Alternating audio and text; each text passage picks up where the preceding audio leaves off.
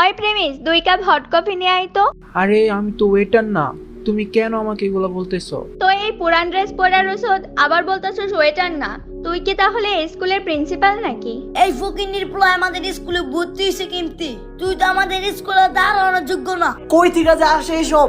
ওদের স্কুলে ভর্তি নিছে কি? প্রিমিস যে স্কুলে পড়তে আসছে সেই স্কুলে শুধু বড়লোকের ছেলেরাই পড়তে পারতো। গরিব তো দূরের কথা, মধ্যবিত্তরাও এই স্কুলে ভর্তি হতে পারতো না। কিন্তু কপাল ভালো থাকায় ওই স্কুলে স্কলারশিপ চালু হয়, আর প্রিমিসের ট্যালেন্ট থাকায় সে স্কুলে ভর্তি হওয়ার সুযোগও পেয়ে যায়। প্রিমিস প্রতিদিন ময়লা পুরনো সেলাই করা জামা কাপড় পরে স্কুলে আসতো, তাই স্কুলের বড়লোকের ছেলেরা প্রিমিসকে দেখে হাসি ঠাট্টা করত। বিশেষ করে বিলকিস নামের একটা মেয়ে অনেক অনেক বেশি ডিস্টার্ব করতো আর অপমান করত।